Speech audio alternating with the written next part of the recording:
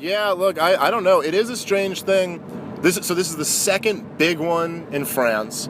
It's interesting too when you just seeing the numbers. I mean, my first thought, I had a kind of similar thought that I did with the recent shooting in Orlando of that gay club, where just like when you see the numbers right away, you're like, how did he get so many?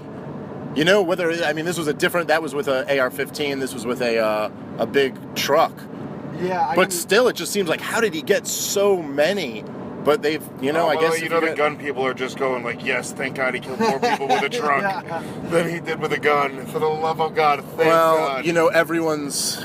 when all these things happen, everyone loves to get some confirmation bias out of it. But that's true with all these events. There's some truth to the fact that when after that thing in Orlando, when we found out it was an AR-15, a lot of liberals were like, yes, see, it's an AR-15, so now we can make the argument to get rid of that. And there's a lot of that on the other side.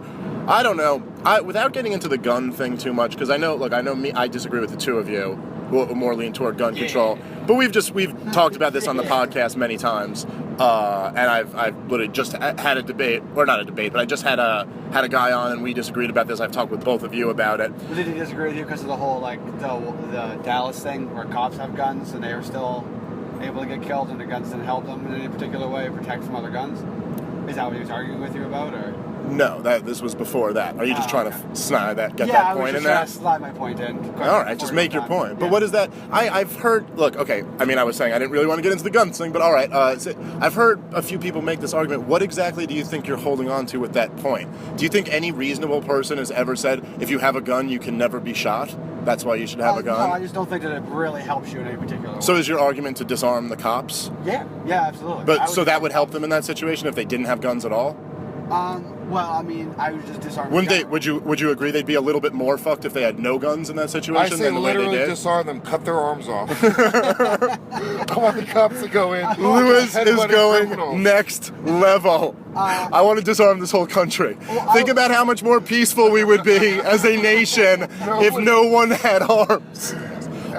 No, look, nobody's ever made the argument. I guess if the argument was, if you have a gun, there's a magical force field around you and you can never be shot by someone else with a gun, then this would kind of prove that wrong. But the argument is not, you can get sniped out with a gun still. Armies lose to other armies. Yeah. Having a gun does not guarantee, no one's ever made that point, but I've seen a lot of people who are pro-gun control kind of hanging on this, see guys, they had guns and they got shot. So what is it? I just don't get it. They were ultimately stopped by good guys. It wasn't a gun in this case, but it was a bomb. Yeah, it was a bomb. But still, you need force. Yeah, look, sometimes you need that. The answer is more bomb robots. More bomb robots. The judge, jury, the libertarian system is... You may give them all 3 jobs.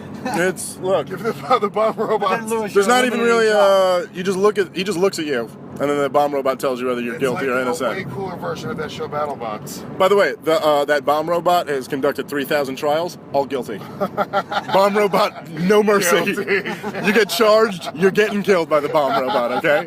That's how it works.